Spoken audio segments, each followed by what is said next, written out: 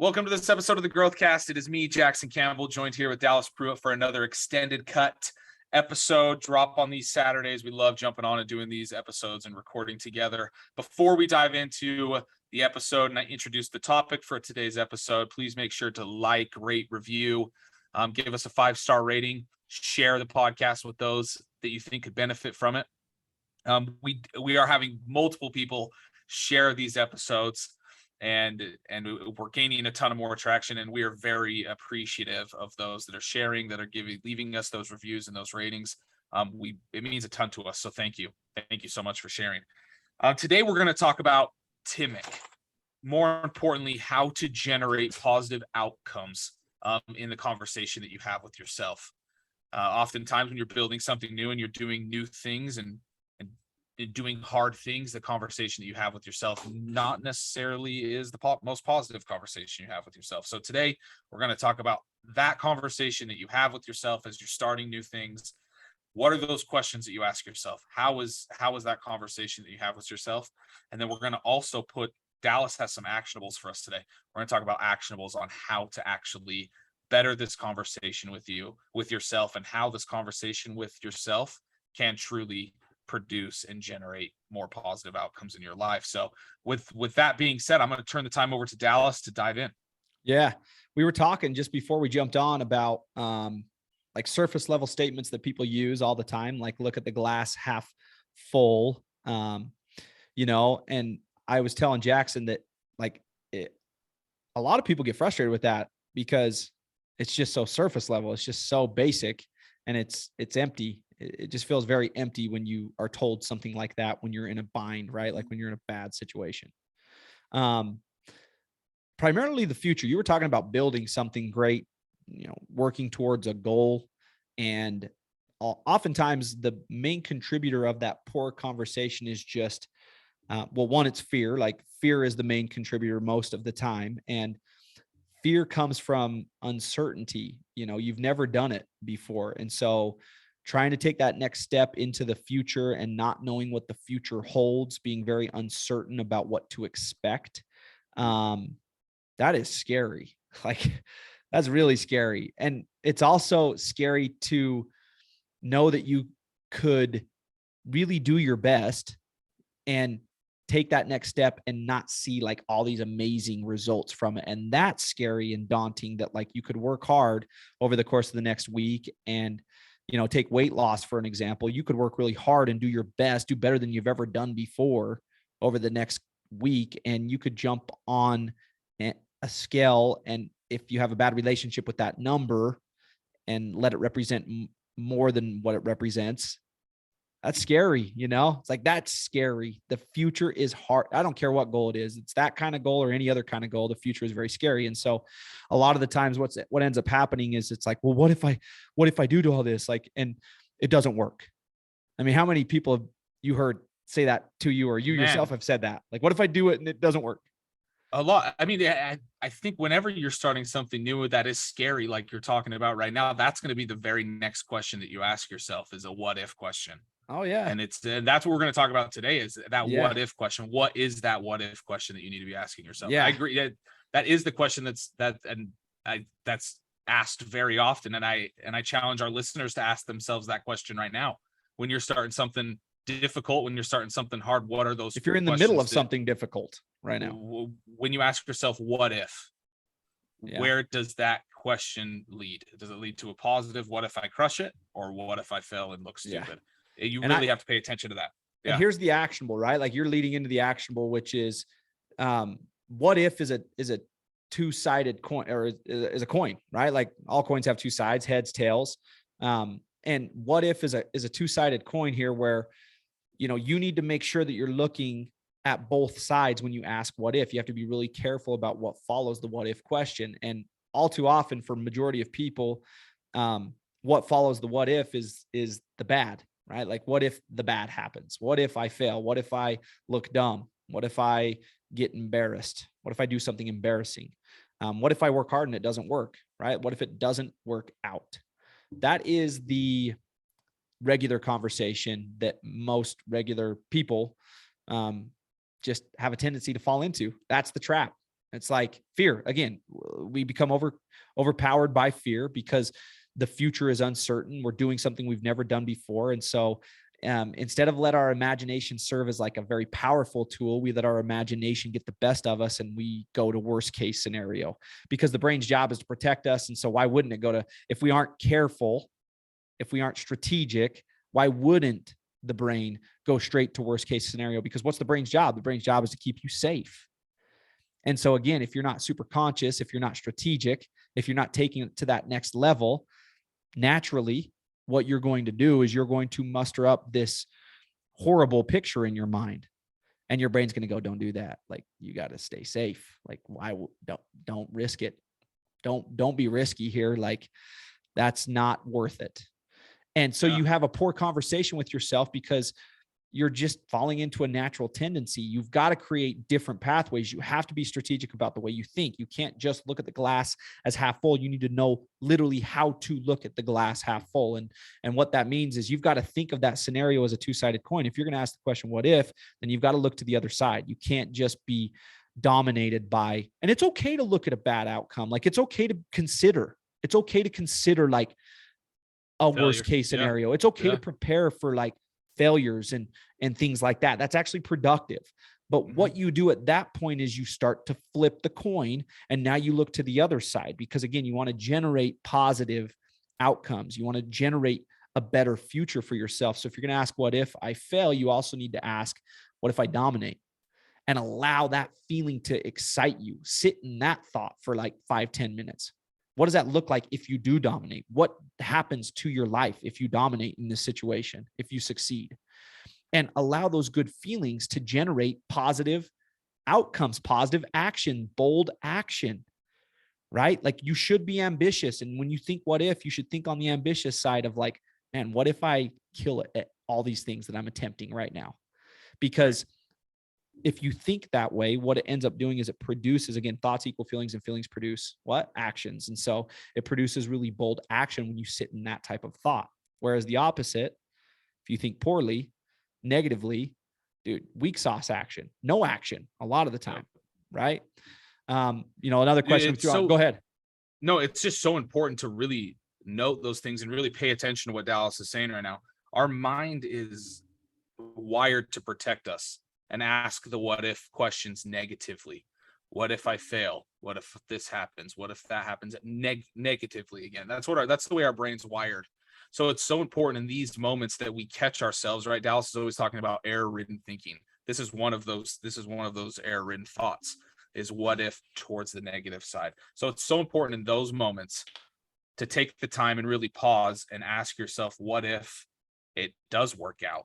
And then make actions and make other decisions based on it working out, right? One of the things, I can't remember if it was you that said it or Tyler that said it, but is we make decisions based on our hopes and dreams, not our scarcity, right? Not what we're scared of. And that's exactly what we're talking about right here. When you come to that moment where it's what if, you have to ask yourself, or you have to really position that question in a positive light, because it really can be the determining factor if you're going to succeed at something or not, because that's where you're putting your focus. Another quote that I can't remember if it was you or Tyler that said is, wherever you put your energy goes where your focus goes. Yeah. So if your focus is going to go towards what if, towards the negative, that's where all your energy and all your focus and all your continued conversations with yourself are going to lead. So it's so important at this moment. I love that this is the topic today, because it's something that we get to decide, and it's something that we in those moments we get to decide, and we get to choose which way we want to go. And realizing that you have that power to decide is a huge actionable and a huge takeaway from this episode alone. It's freeing. You really do get to decide which way you want to go. But you'll get caged. So that's really what you'll get caged, right? Like, it's freeing, but like, you'll get caged if you don't continue to keep yourself conscious of that thought process. And, earlier in the week, we talked about how ambition, and maybe, I don't even think we talked about it on here. This was something that I think I posted on Instagram, is that ambition, right? Like, you should be overly ambitious, not just in the way you act, but first and foremost in the way you think. You should think very ambitiously, because when you think ambitiously, when you think bigger, that's a great way to put it, right? When you think bigger, your actions are bigger, right? Like your actions follow whatever your thought process is, whatever you ruminate on, whatever you think about more regularly, right? That energy follows, it flows into whatever actions you take, or flows into better action. And so you have to be ambitious in the way you think. That's really what this is kind of leaning towards here, is be ambitious. Like don't think worst case scenario. Just take into consideration that like you could fail. You could work hard this week and not have the most amazing results. Consider it. Don't ruminate on it. Don't focus on that. Focus on the other side of the coin. Spend way more time focusing on the other side of the coin. Don't completely like weed out the fact that that's a possibility, because now you'll be real. What that's creating is realism. You're being realistic. That's okay. That's important. Yep. But be ambitious. Be extremely ambitious. And the other side of that is, expectation. And I don't want to get off base here because I want to keep it like super focused on how to generate positive outcomes through the way we talk to ourselves and the way we think. But you should be overly ambitious in the way you think, because your actions will be very bold. But something that you need to keep in check there as well is your expectations, right? Because if you have too high of expectations within a time span there, you're going to be unhappy.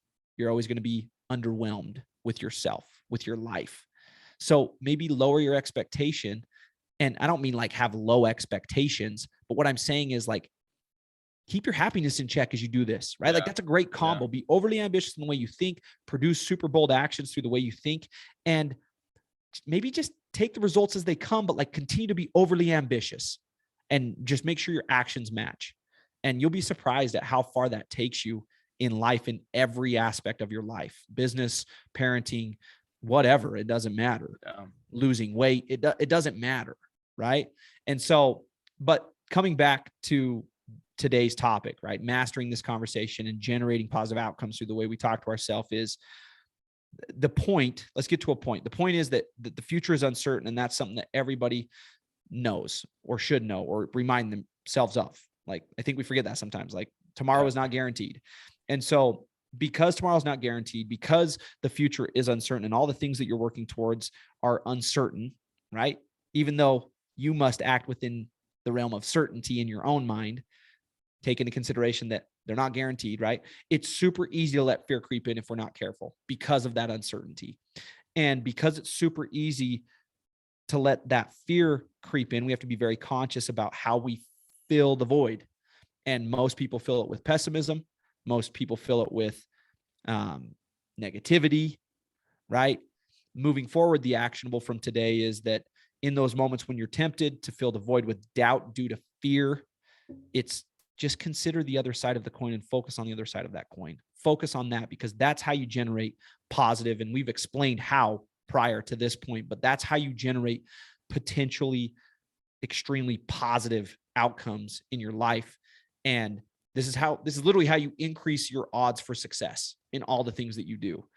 And it's this pulling factor too. When you focus on that other side of the coin, like you said, those outcomes, those thoughts literally have a way of pulling you. It's the law of attraction, right? They have a way of pulling you towards them.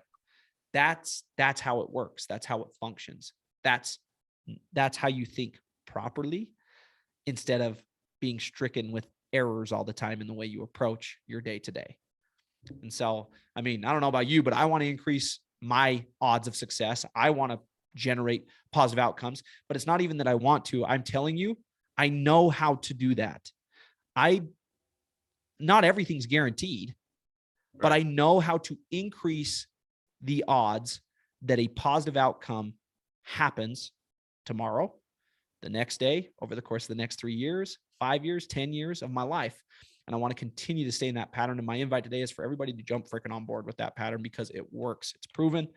And your brain functions in this manner at extremely high capacity, whether you're conscious about that or not. That is the brain's function. Yeah. Just to take it a level deeper, Dal, I want to ask you a question.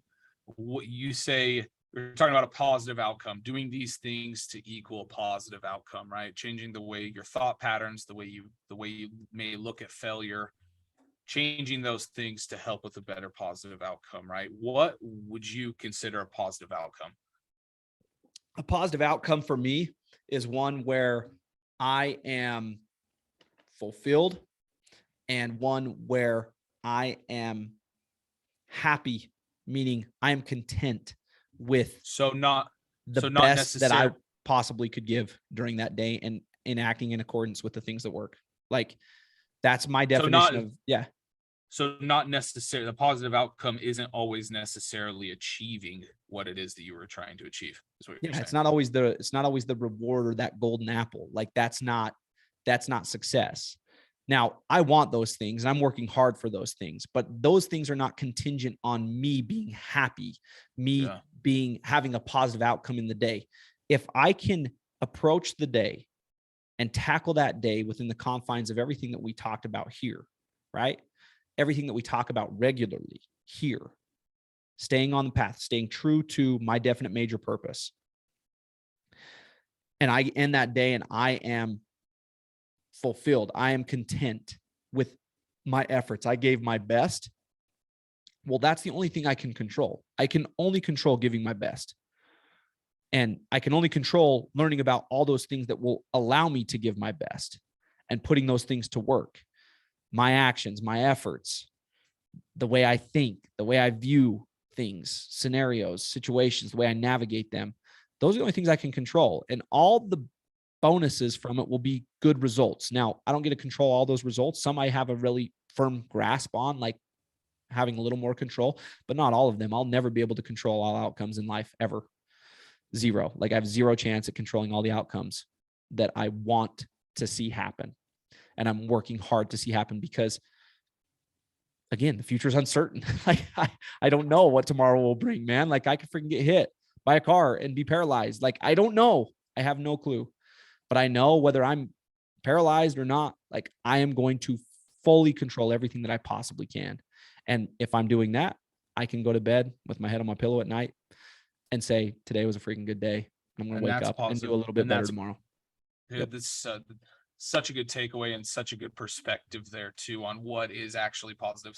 From time to time, the positive outcome isn't the outcome that you were necessarily looking for, but the outcome, it's going to be positive because you did everything in your sphere that you could do and that you could take control over. Such a huge takeaway there. And it's how your perspective shifts. Absolutely. Yeah. Like this is literally like perspective expansion or, perspective change, mindset change like 101. I mean, that's a blueprint for it. That's part of it. There's other components, but this is a huge part to it. Yeah. Dude, Dal, something I just want to add here as we're kind of wrapping up, just kind of taking it back to the very beginning of the episode where you ask yourself the what if questions. Yeah. Right.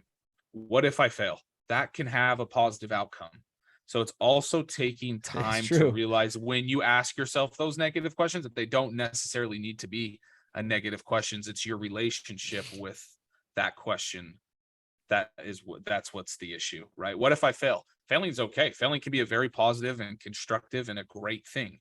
But it's really asking yourself. And if that question does pop up in yourself, how are you guiding the energy and the emotion that comes with that question? Because again, you're in control there.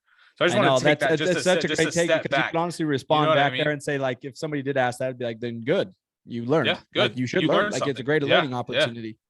Totally, man. And I also, with proper context, like sometimes you don't even need to ask what if. Sometimes you need to muster up the right process to build up certainty in your mind. And, that whole saying of like beyond a shadow of a doubt, like there are a lot of things that I approach my life where I don't question what if. Like I have full certainty. Like I have full confidence in my God. I have full confidence because I have in him. I have full confidence in myself. And, there's a lot of things that I don't ask what if. And, my wife, I'll get a little personal. My wife, we all face situations in life where it's just difficult, man. You see people suffer. You see people around you suffer, right? Like, let's take relationships, for example. People get divorced and there's sad situations that happen. People you love, people you see. And it's hard, man. Like, it's hard to watch people suffer. But it's also hard to not allow yourself to get caught into a mental trap of like, well, they're just like us. Like they were just like us. Like that could be us. You're right. That could be us, right? Like consider, right? Like it's okay to consider. It's okay to have a thought. Yeah. But she'll come to me and she'll be like, I just get worried, and again, fear, doubt, uncertainty about the future. And I always just look at her and I'm like, I need you to look at me. I need you to understand, like, I don't ask what ifs. I know for certainty on this level, like there's no doubt. And I need you to understand. And I think that's a leadership piece too, right? Like, I think that's important for listeners. If you're in that position, if you are that person, you need to be that person, meaning you need to assure those around you your lack of doubt. And it's not weird. It's not, you should vocalize that and you should share that. But it also shouldn't be false because people will sense that. But how you get to a point where that is not false, and hopefully this isn't going too deep, but like how you get to a point where that is not a false lack of doubt or a false sense of certainty, is you continue to put this shit to work every single day. And every day you gain more and more confidence in the strategies, the mindset, the principles, right? And that's partly where we are at in that situation with my wife.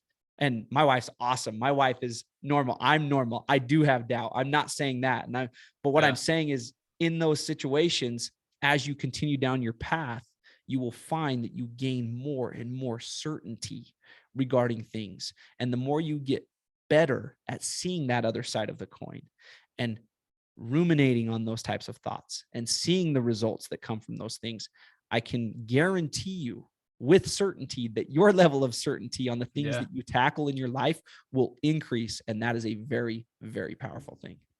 So very extremely, if you want to, it's oftentimes if you want to generate those positive outcomes and even have the opportunity to make the right decisions, to be more positive, you have to take that action. You have to continue down a road that may look daunting, that may look questionable. That has to become the new pattern. Yep. That has to become the pattern.